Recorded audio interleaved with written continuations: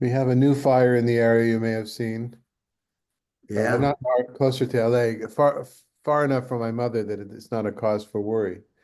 It's a relatively unpopulated or less populated area. It's nothing like the previous two disastrous What's your fires. mom's situation now? Uh, she's she's good. Only yesterday did the electricity came onto the house already about 5 days later, but we have an ongoing electric problem. It's an old house. So a lot of work is being done in the house, and yeah, we were just there. Came back last night, Mhm. but she's fine. She's she's just a very calm person. Doesn't seem to phase her. I'm not sure what she realizes. Um, in any case, it's thanks for asking. Yeah, and as Yeah. far as everything else, we're thankful that three of the hostages have come home. Thank God, and another four, I think, over Shabbat are scheduled for women as well. Uh, Complicated business, very, very tricky, and very controversial, not because people don't want the hostages to come home, but because many Israelis feel, and many American Jews, I think, as well, feel that the price is too high. Uh, yeah. That the price to get the hostages back is too high? Yeah, there's too many. I forgot how many, 2,000 or so, just at this stage, 2,000 uh, de prisoners of war, detainees, various um, affiliations to terrorism are being let out of jail, and that itself is a tricky thing. Some are convicted, many are not convicted. Many have never are in administrative holding. They have been for years. Many of them are underage. Um, it's just a very, very tricky thing. But in some cases, in this deal, there will be men who have been found guilty of of horrible murders and of terrorist attacks. And that's happened before. In fact, Yihya was one of those people, as many of you may know, who was let go. And so many people on the right feel this is just defeating the whole purpose of the war.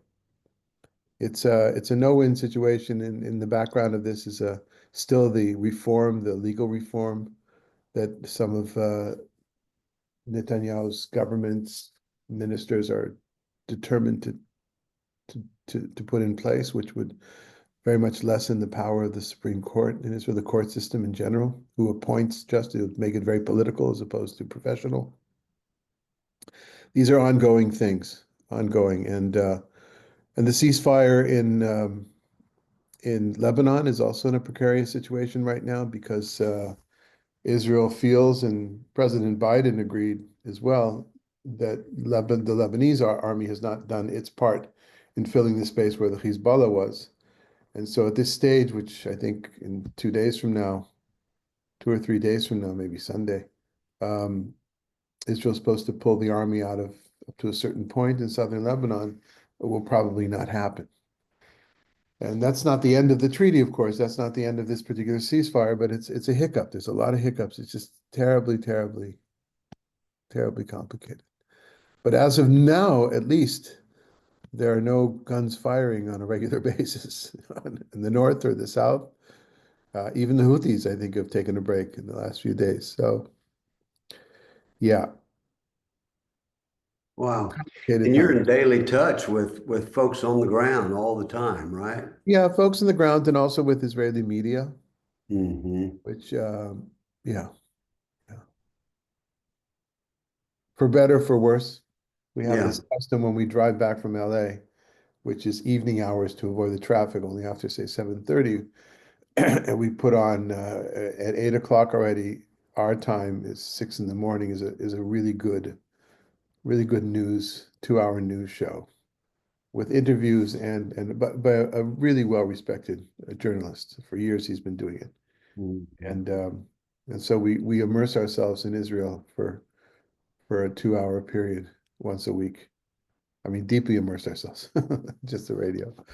Anyway, it is, and the kids, the kids are involved to various degrees. None of our children is are politically active that I know of, really. not on these issues. They're busy raising their children or, seeing to their own. Yeah. Will Anyway, your next trip be back to Israel? I'm not sure. Sasha's booked in the next few months. I'm not sure when I'm going to go. I'm not sure. Mhm. Yeah. Okay, well, thanks for the report so we can keep our prayers going Yes, and in the right also, directions, hopefully. yeah, and for this country as well. I Also complicated times. One of the points that I continue to make, and that's what's central to this group as well, is the listening to the other side. Is this as one of the participants yesterday in our Proverbs group, we're at the chapter in Proverbs where wisdom herself is speaking to us, and somebody said, well, she's asking us to be present, fully present, and to listen, which was a really good way of putting it.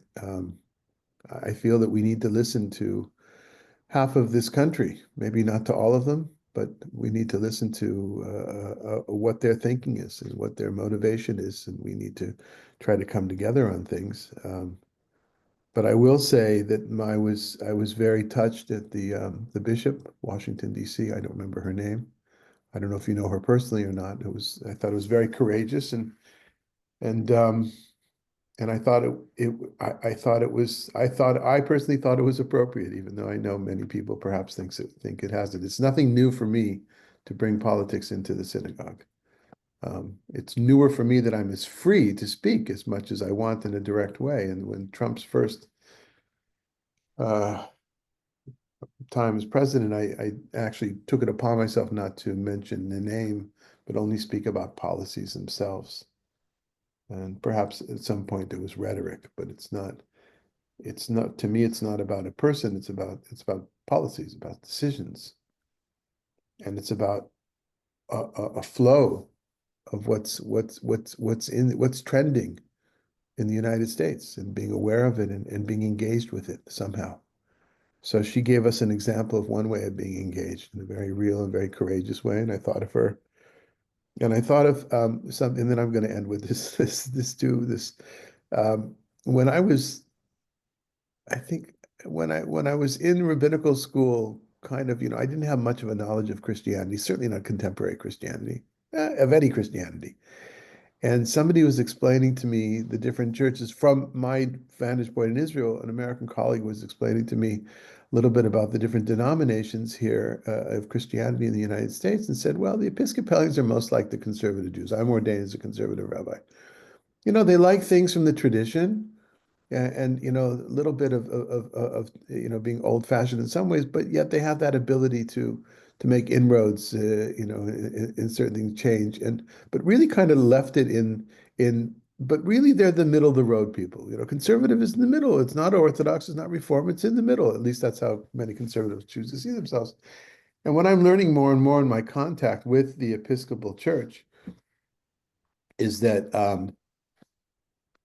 that comparison doesn't help me at all, but it is the courage, the parts that I see in the church. I know that there are far more conservative aspects of the Anglican Episcopal world, especially in the Southern Hemisphere. But the courage of Spong, the courage of this bishop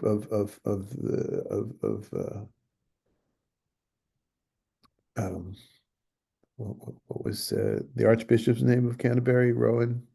Williams.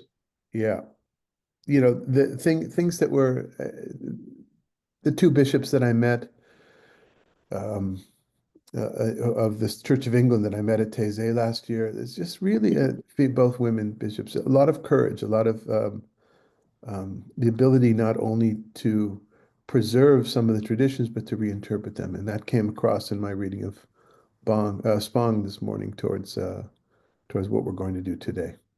Okay, I'm done with my I preamble. think, two things. One, I think that Bishop speaking in that context, uh, the fact that she was asking for mercy and the pushback against that is telling. I mean, how amazing would it have been for that front row to just acknowledge, yes, may God, may we temper our policies with mercy. And I think that's the fact that that's now been put down is my second thought, which is the fate of the prophets. It's never very good. Yet lasting. What's that? Yet lasting, the persona may not be good for the persona of the prophet, but the message, we're still talking about it thousands of years later. Amen. Yeah, no. It's the witness. That's the word for martyr. You know, it's a testifying of it brings God's word into the fray, and then folks can wrestle with that, but it's there. Okay. Steve, I'm going to let you lead today. I was fond at which point we want to talk about the glory of God and those kinds of things. But Okay, great. And we'll I know get that to you that want- more near the Can, end. Rabbi, could you repeat? I think your sound was lost for a second. Oh, I'm asking Steve to kind of lead today because we're getting into a very juicy part, a very meaningful part of the Gospel of John. And we're kind of on the threshold of something. And when you're interested or when it's appropriate, I'll chime in a little bit about the glory, the question of the glory of God in the Hebrew Bible and Jewish tradition. Yeah, that's great. Yeah, I'll try to frame it for everybody. But let's see, Richard, you have to leave a bit early. Can you read for us, please, that let's say verses 1 to 11, that first paragraph?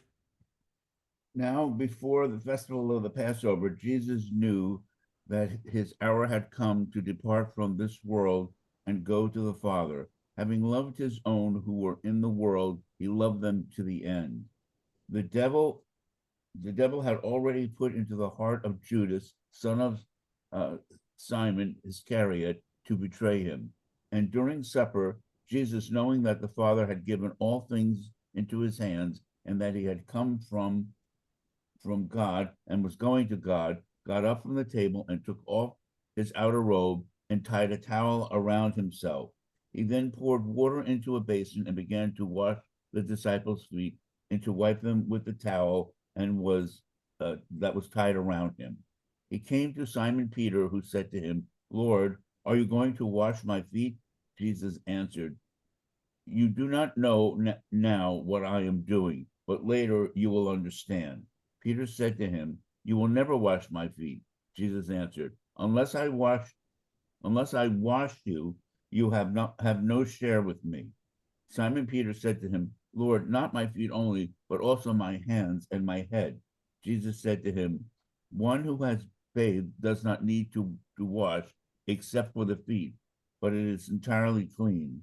And you are clean, though not all of you." For he knew who was to betray him. For this reason he said, "Not all of you are clean." Thanks so much, Richard. And then I think now, David, if you don't mind walking us through the washing of feet texts at the end, just to put this into some context. Sure. Yeah, obviously a typo, it's not washing the feet, it's washing the feet. Yeah. Um, yeah, I wanted to look around a little bit to see because I'm always trying to be aware of and sensitive to not so much the language of the gospel because that's Greek and I'm not that fluent to be that well to compare it with Septuagint. I can do it one at a time, but it's not natural. But at least thematically, what's being used from the Hebrew Bible and what might the connotations be? And your typical commentary at this point on washing of feet in Hebrew Bibles, well, that's just what was done. It was a Bedouin culture. They're walking in the dust. That's how they get from place to place. I think there's got to be a little bit more to it. I'm looking for more of the text than just the historical reality of washing the feet. And I think we get an indication that it's not just about the custom from the first two passages from Genesis, but have to do with the same people. And here the text isn't explicit in either case, but I think we understand from both. This is the angels, the three angels who in the biblical text are also God, the presence of God. The narrator kind of switches back and forth. I think many of you have read that text before. In 18, as they approach Abraham, sitting I don't know if it's the day after, but right after he's circumcised himself, he's in pain. It's he's watching for the people walking by, and he urges these three men to come in, who we understand afterwards are angels. They've been sent. That doesn't mean they have wings. That just means that they have a mission to accomplish. But also, the narrator there calls them God, Yud He Vav He, and so allowing them to come in to be as if they are people. God's presence comes in, and God allows Abraham, his guy, his boy, to wash his feet. I think, to me, that's kind of part of what's happening here, right? This reciprocity of washing feet. Who gets to wash feet? And this necessity to wash feet as a sense of honor, of respect, not just the hygienic part of it, but a sense of respect. Now, respect in Hebrew is kavod, which is heaviness or weight. I shouldn't say heaviness, weight. It's also glory, as we'll talk about eventually. It's the same word. And then the presence of God, however, in the second passage in 19, does not allow the people in that situation, does not really allow them. No, we'll stay outside. We don't need there's that connection, that intimate connection of washing the feet, which we've spoken about before. Afterwards, in Genesis 24, to me, the washing of the feet is, again, it's not just somebody who's come from the way. It's a prelude, or it signals to us a loving relationship. Again, the intimacy, the foreshadowing of intimacy, but also a loving relationship, and also in when Joseph's brothers come in, I'd like to see in this, again, not just a detail of reality of the time, of offering respect, but also foreshadowing the love will return between Joseph and his brothers. And then it's used very, very, I don't know if irony or a dark irony way in that horrible section in Judges 19. Not on purpose, I'm not going into detail. If you'd like to see what I tried to do, though, see what might signal the washing of feet beyond just the reality. And a lot of it has to do with intimacy, with love, and with respect. Yeah, hospitality, welcoming. That was helpful. Thanks. Any thoughts on that first paragraph that Richard read, and it looks like he had to leave? Megan, anything strike you? Okay. That just sets the tone, or it puts something on our table. Let me just note a few things. Now, before the festival of the Passover, so the dating of Passover is different in the so-called synoptic gospels, Matthew, Mark, and Luke, from the Gospel of John. There's in the synoptic gospels, the crucifixion happens on the day of Passover. Isn't that correct, David? The crucifixion would happen on the On that, well, on the day, yes. The yes. evening before And is the here eve. it's, I believe, the day before. Here it's the day before. Yeah. Yeah. And so remember, for those of you who, I think everybody on this, except Manuel, I don't know, Manuel, you weren't here last week, correct? So just before this, we had that chapter 12, which is the pivot from the so-called Book of Signs, that is chapters 1 all the way up to now, up to 12. And the signs were to be understood like parables. They were symbolic of something deeper. as John used those signs, those healings, those miraculous events, like the raising of Lazarus from death. Now we've made this shift when in the last chapter, Jesus says, my hour has come. And now I am ready to glorify my Father who has glorified me. And then that brought up that whole idea of glory and what did these first century Jews understand by that language is one thought. And we'll get to that glory at the very, in a couple more paragraphs. But just know that from now on, this 13 takes place in the so-called upper room. We don't know if it was upper or actually where it was, somewhere in Jerusalem. Traditions have it in different parts of Jerusalem, but technically we don't know, but we know they're having a dinner. And whether that's the Passover meal or it's an intimate time, in the next 5 chapters, the next 4 chapters take place in this same space. Chapters 13 to 17, and then comes 18, which is the arrest, and that takes us into the final few chapters. So we're on this downhill slope called the Book of Glory. And again, that word glory will come up, and I don't want to really bog down on that right now because it's coming up.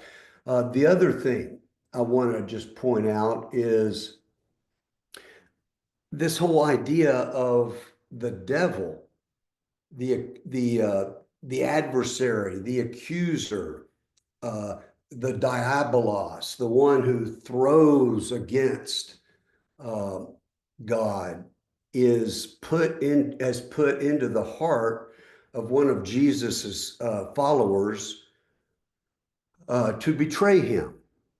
Now, there's a lot of editorial type comments in this gospel about that, and we'll look at them in more detail. I just wanted to point that out for now, that for me, that's an issue that we should visit, and I will visit in due course.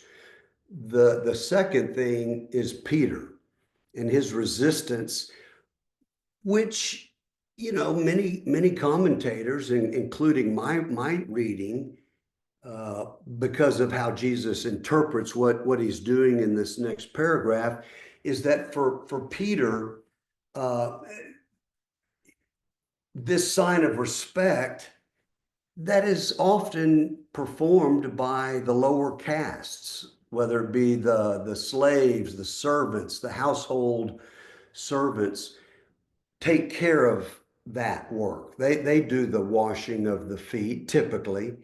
And so Peter's going, wait, I ought to be washing your feet. Why are you washing my feet? That is humiliating for you. And I can't receive that. Oh, by the way, I got my first pedicure 2 weeks ago, David. Remember, that was my assignment. When we broke before January. Yeah, Sue Spicer will be happy to It was know that. quite humiliating, let me tell you. But, I did it for the team. And I'll do it again. No, it was actually a good spiritual practice. And so Peter says, well, if I can't be part, then just wash everything. And he overplays that, and Jesus backs off and says, no, you're missing the point.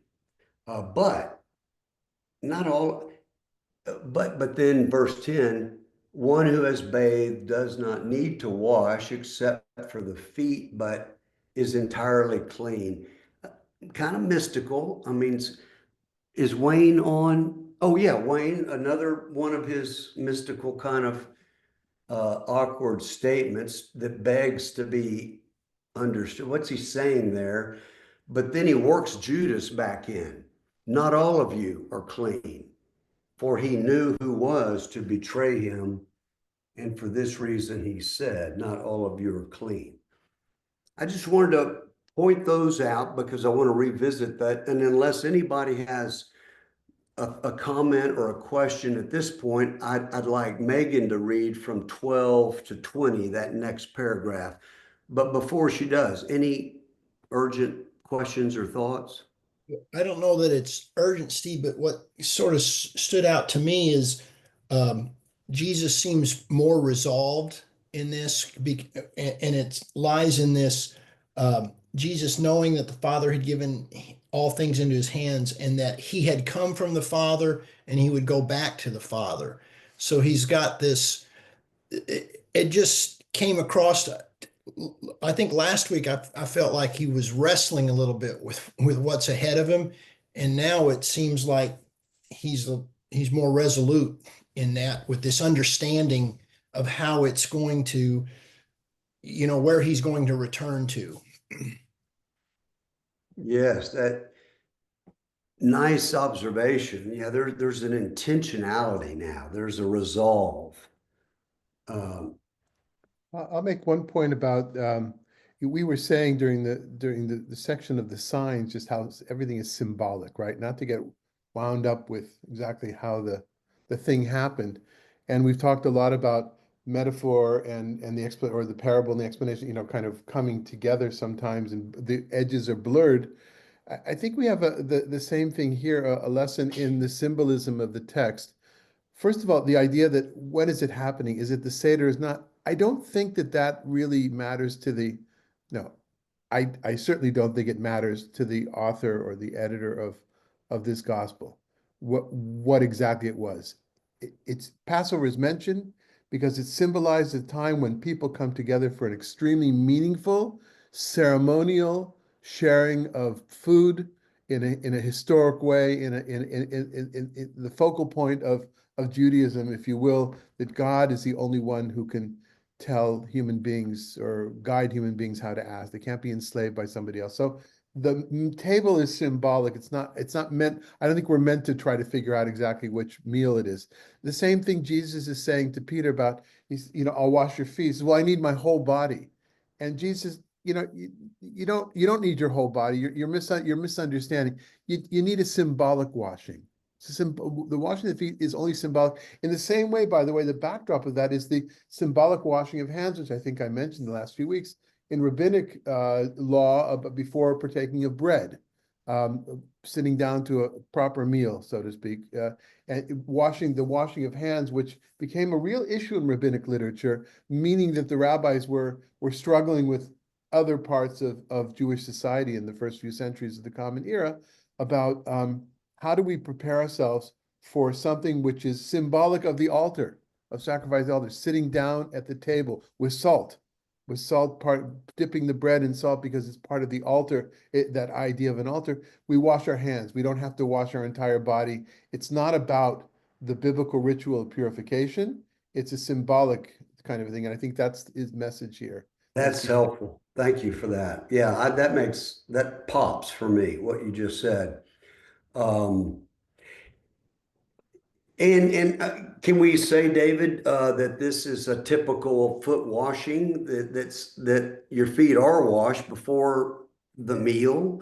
I know the hands are, but if the feet are dusty, this foot washing is never, a symbolic part of any Seder, right? No, it's not part of a Seder, and it's not, as far as I can remember, I didn't check, but as far as I can remember, it doesn't show up in halachic literature, in Jewish legal literature. Hand washing is a huge amount devoted. You think of devoted to how it needs to be done, etc.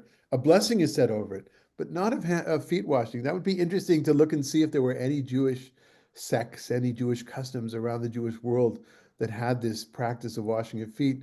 Or perhaps it was an early Christian practice and therefore Jews stayed away from it, which I found often in the book of Psalms. I would find a psalm that would be central to Christian liturgy. When I was 7 years, I studied psalm with a group of brothers and sisters of monastics in Israel. And what we found often was that psalms that were central to Christian worship from an early time were totally avoided by Jews. And it could be maybe that would be an interesting thing to check out. But no, Mm. the answer to your short answer to your question is no, I don't think so. Nice. Okay, Megan, could you read that next paragraph, please? Um, After he had washed their feet, had put on his robe, and had returned to the table, he said to them, "Do you know what I have done to you? You call me teacher and Lord, and you are right, for that is what I am. So if I, your Lord and teacher, have washed your feet, you also ought to wash one another's feet. For I have set you an example that you also should do as I have done to you. Very truly, I tell you, servants are not greater than their master, nor are messengers greater than the one who sent them. If you know these things, you are blessed if you do them.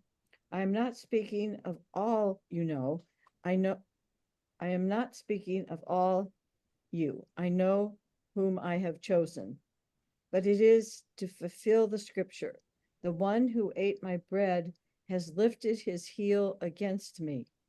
I tell you this now before it occurs, so that when it does occur, you may believe that I am he.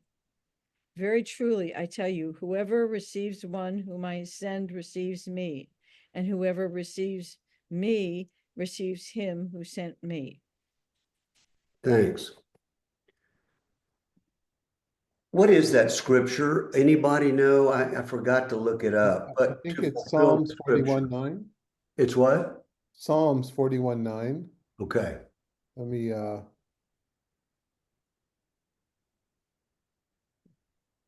to The one who ate my bread has lifted his heel against me. Wayne, was that a question? Were you raising your hand? I was scratching my head, but Oh, sorry. that's a real mystery to me. As so many of these things are. Hmm. What am I missing? You mean in terms of what particularly? Well, the one who ate my bread has lifted his heel against me. Uh-huh. Is he talking about Judas there? Seems to be. I'm not sure of the connection between. Uh-oh. Oh, David, are you sharing that screen? yeah, Oh, great. right. My enemies speak evilly of me. When will he die and his name perish? If one comes to visit, he speaks falsely. His mind stores up evil thoughts. Once outside, he speaks them. All my enemies whisper against me, together against me, imagining the worst for me. Something baneful has settled in him. He'll not rise from his bed again. My ally, in whom I trusted, even he who shares my bread, has been utterly false to me. Nice. Well, that's very illuminating. What do you make of that, David? Well, my first reaction is with I'd want to go deeper in, but my first reaction is what a lovely way to use the Psalms, right? This is different. We often check and see how scripture, how Isaiah or one of the other prophets has been quoted. So here's something liturgical that's being quoted, and um, in that same study of Psalms, again, I don't remember which was we did. I'm talking about the aughts. We carried on this study from like say 2001 or so, or 2002 to 2009, probably 9 times, 9 times a year, we would come together and compare texts. And the lovely thing it was how to see, that's I learned a lot about Christianity, to see how the Psalms were used liturgically, at least in the Roman Catholic tradition, um, and how they were lifted from their context of being something in rabbinic literature, which would almost always be about David, but not only David, or the rabbis would say, "Oh, this text is about so and so in the biblical tradition," whereas the church fathers, which I had some access to, would always say, this text is when Jesus, it's always about Jesus, it's Jesus centered. So that's what I would want to look at here. But yeah. Well, it is clear that however we're to understand Judas and his role, and the different gospels have slightly different understandings, but ranging from he's just being scapegoated in a way that is not very becoming, or he was the treasurer and he was devoted, but he saw the writing on the wall that Jesus was going, he was powerless. He wasn't going to be all that Judas had hoped and expected him to be, that he was going to just be killed. And so Judas wanted to get out while the getting out was good and maybe make a few bucks. So there's all kinds of ways of thinking about this Judas piece, but the way the psalm is used here suggests that the editors in this gospel, and remember, this gospel had 5 different iterations over time. By the time we get it in, let's say, 90-ish, the idea of the psalm predicts, or that there was a betrayer. However we're to understand that, the point for me is very simple. Why did he do what he did? I mean, my question is very simple. Do you know what I have done to you? You call me Lord and teacher. Yeah, that's true. So if I'm your Lord and teacher, which typically implies a hierarchical top-down position of power, then I have washed your feet as a humble slave, if you will, then you also ought to do the same. And the way I see this is it sets the direction or the intention, as Stephen suggested, for what the crucifixion is all about and what it means. And this sets it in motion. And the fact of the matter is, this portrayal of Jesus is of one who approaches from the bottom up and from the inside out, not from the top down or the outside in. And so there's something in that vulnerability that invites his disciples to lower their defenses, to let each other in. You can't really trust a master, a king. They have all the power, all you can get is compliance. Seems to me in the Gospel of John, what's being invited is communion, is open-ended sharing of hearts, if you will, relationship as opposed to compliance. So that becomes a strategy for approaching everyone and everything. It's counterintuitive, it's vulnerable, and it's not very successful, if you want to know the truth. In the world's thinking, tellingly, and this is the last thing I'll say about it, the church, which early on got connected to the power of the imperium, of the empire of Rome, they completely transformed this picture of Jesus into a conquering overlord, the King of Kings, and all the portrayals are of, crowns and power that reflect the Roman emperor. And so early on, all this got lost in the shuffle or reinterpreted in a way that I don't take from the text itself. Any thoughts or questions?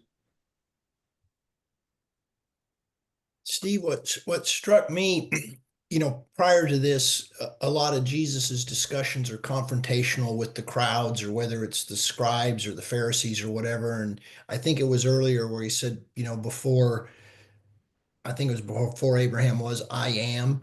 And then here, when he's with his disciples, there's this, I'm telling you, servants aren't greater than their masters, and messengers aren't greater than the one who sent them. And he's almost lowering himself in this conversation with them and saying, be aware of this. That it just struck me how different that approach was versus when he was in the arguments with the other groups. So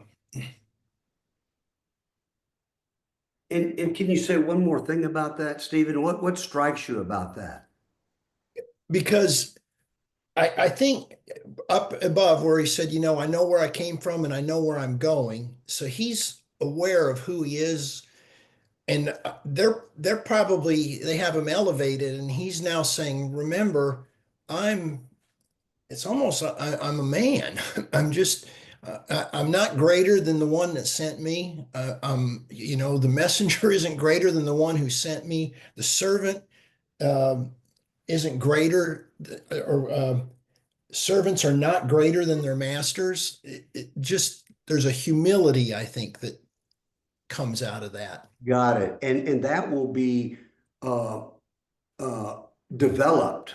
That very thought will be developed in these next 3 chapters around that table. Okay. Thanks, Steve. That was great. Anybody else?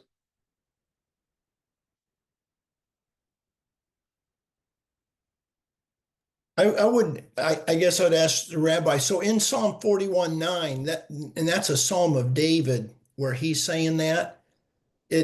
What's the context there? Is he on the run, I guess, from Saul maybe? And is that who he's referring to, is who, the one who broke bread with him and is betraying him?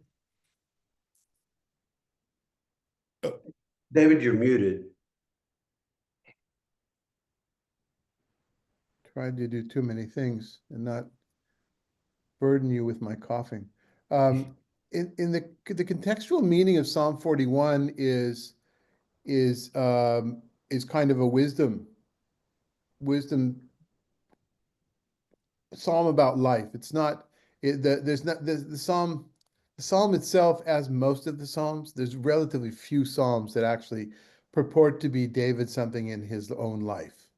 What tradition has done over 2,000 years is match the Psalms to different episodes, Jewish tradition in particular, in David's life, but also in the Christian tradition. And then there's always been this secondary tendency, as I mentioned before, to see the words of the Psalms as they're played out in various biblical characters' lives. What I saw in the Talmud is that this verse is related to David's relationship with Achitophel. For those that know those very complicated tales of the struggles around David and his court. So, but I don't think that's the original meaning of the text at all. The original meaning of the text is about something that's in life, right? It begins, happy is he who is thoughtful of the wretched in bad times. May the Lord keep him from harm. May the Lord guard him and preserve him. Themes that we know from other places, right? The Lord shall sustain him on his sickbed. You shall wholly transform his bed of suffering. I would imagine there's a lot in this psalm that is used in, if not in the New Testament, by the church fathers. It's a psalm about life. It's a psalm about what happens. And I think what's happening back to our chapter here as well, is that it's symbolic. This whole, again, back to this symbolism. This is what Jesus is practicing, showing, teaching, according to the author here, with what's happening in life, is that there are going to be people, they're going to be part of the nation that will betray you. They eat your bread, they benefit from you, but they turn their back. They don't get it. They don't get the message. And I think that psalm lends itself in general. So I would suggest we all go back to Psalm 41 perhaps, and maybe we can pick up with that after we look at it in its context afterwards, and see maybe next week we can talk about it. I love that, because now Judas becomes a symbol of that. Yeah. And so it's not about Judas. Yeah, thank It's you. not about, that one guy that we can blame stuff on. It's more like Steve said beforehand, it's the concept of Satan. It's the concept of the adversary, the concept of the fly in the ointment, or the fly in the Chardonnay. Okay, very good. Shall we go to that next paragraph then? Everybody good with that? Yeah. Okay, Wayne, would you be able to read that for us? After saying this, Jesus was troubled in spirit and declared, "Very truly, I tell you, one of you will betray me." The disciples looked at one another, uncertain of whom he was speaking. One of his disciples, the one whom Jesus loved, was reclining next to him. Simon Peter therefore motioned to him to ask Jesus of whom he was speaking. While reclining next to Jesus, he asked him, "Lord, who is it?" Jesus answered, "It is the one to whom I give this piece of bread when I have dipped it in the dish." So when he had dipped the piece of bread, he gave it to Judas, son of Simon Iscariot. After he received the piece of bread, Satan entered into him. Jesus said to him, "Do quickly what you are going to do." Now no one at the table knew why he said this to him. Some thought that because Judas had the common purse, Jesus was telling him, "Buy what we need for the festival, or that he should give something to the poor." So after receiving the piece of bread, he immediately went out, and it was night. So I'd like to make a pre-comment before we get to how people understand this, that again, the mentioning of dipping is a thing. It's one of the 4 questions. It's one of the in the early rabbinic tradition that you dip in the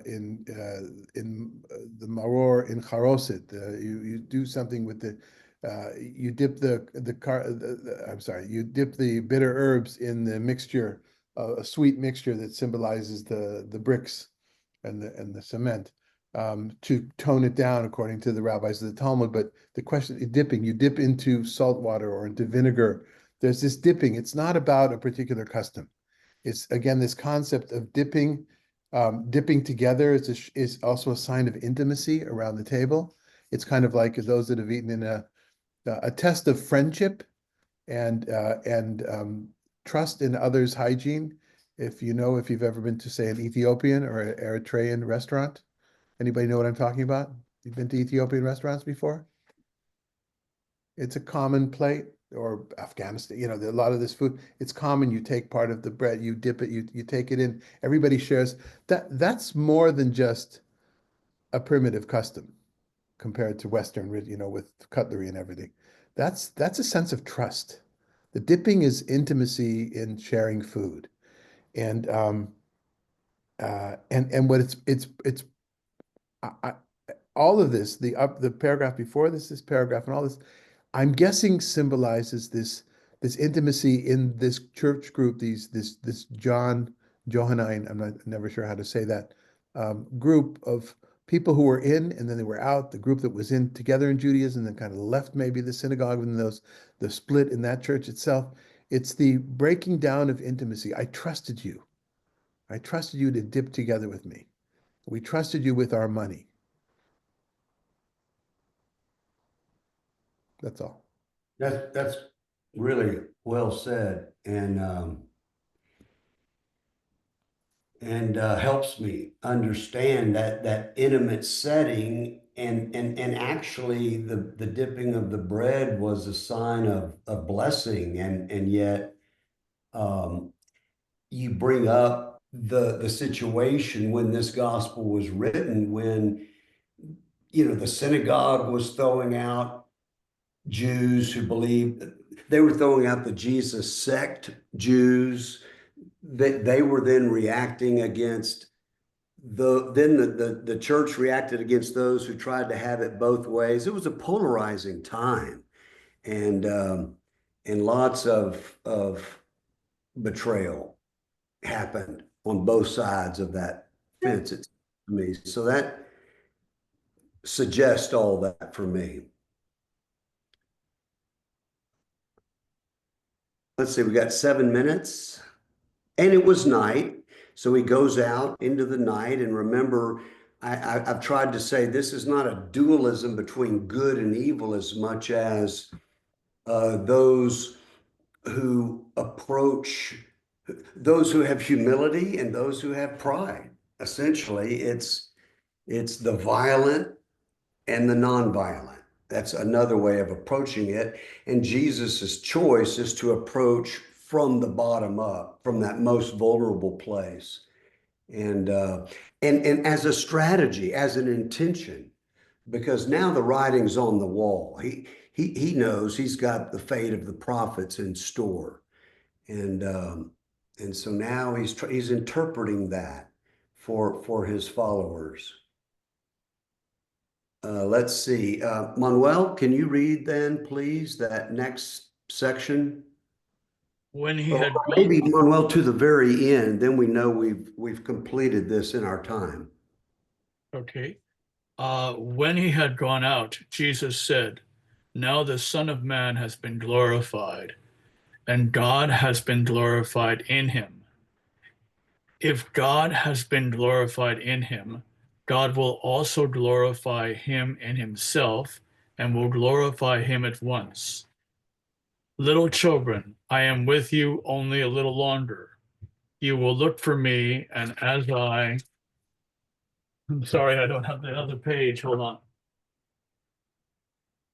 I never got the other page. I'm sorry.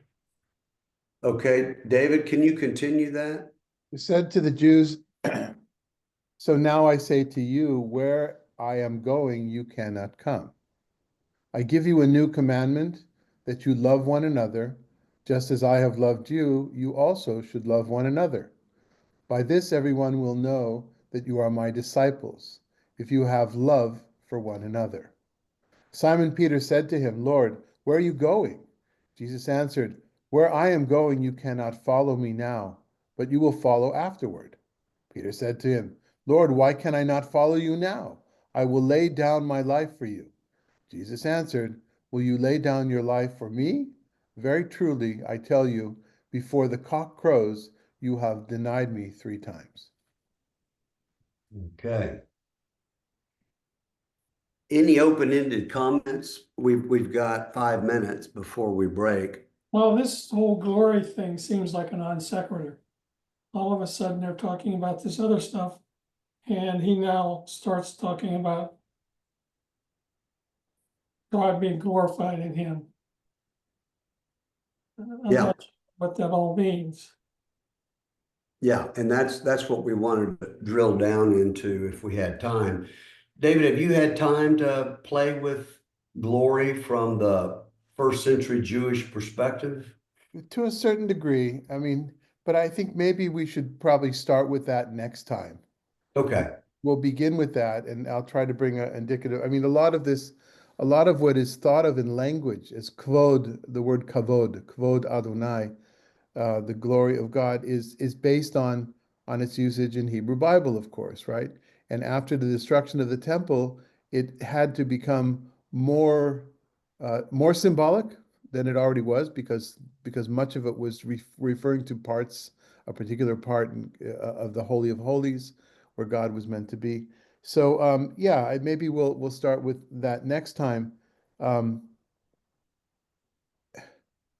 Let's suffice it to say that the glory of God it's not the word that I would use that I think of we use in American English. Glory has to do, I don't know. I never thought of what glory, hallelujah means. You know, what that growing up with that song, what does that mean other than, I don't know. It's like the glory of Olympic athletes, the glory of a victory after the victors coming back from the war, different kinds of things. But the way it's used here is far closer to the mystery of the invisibility or lack of clarity in our vision of something we know is there.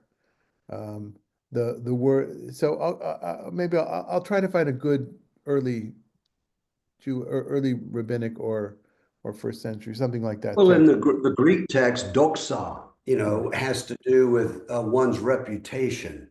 So, I've given God the Father a good reputation. He's given me a good reputation. Or that idea of I'm reflecting something of who God is back to God in my own action, in my own life.